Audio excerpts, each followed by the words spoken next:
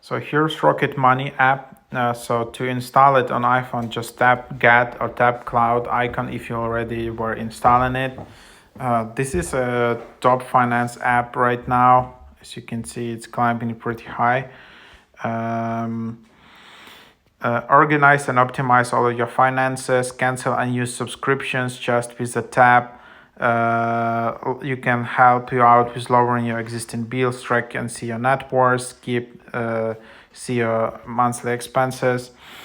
So yeah, because I think Mint app closed down. Like Mint app was one of the most popular finances tracker apps.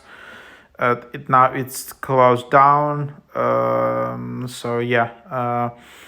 Then people are just looking for alternatives, and this app is one of the alternatives. So you can just lower your bills and let Rocket Money negotiate on your behalf, keep track of your monthly bills and to avoid overdrafts. All-in-one finance app, manage your subscriptions. So from here you can see which subscriptions you have and see some suggestions. So yeah, formerly this app was called Truebill. Now you can just create your account, cancel. So you can just see here and then just you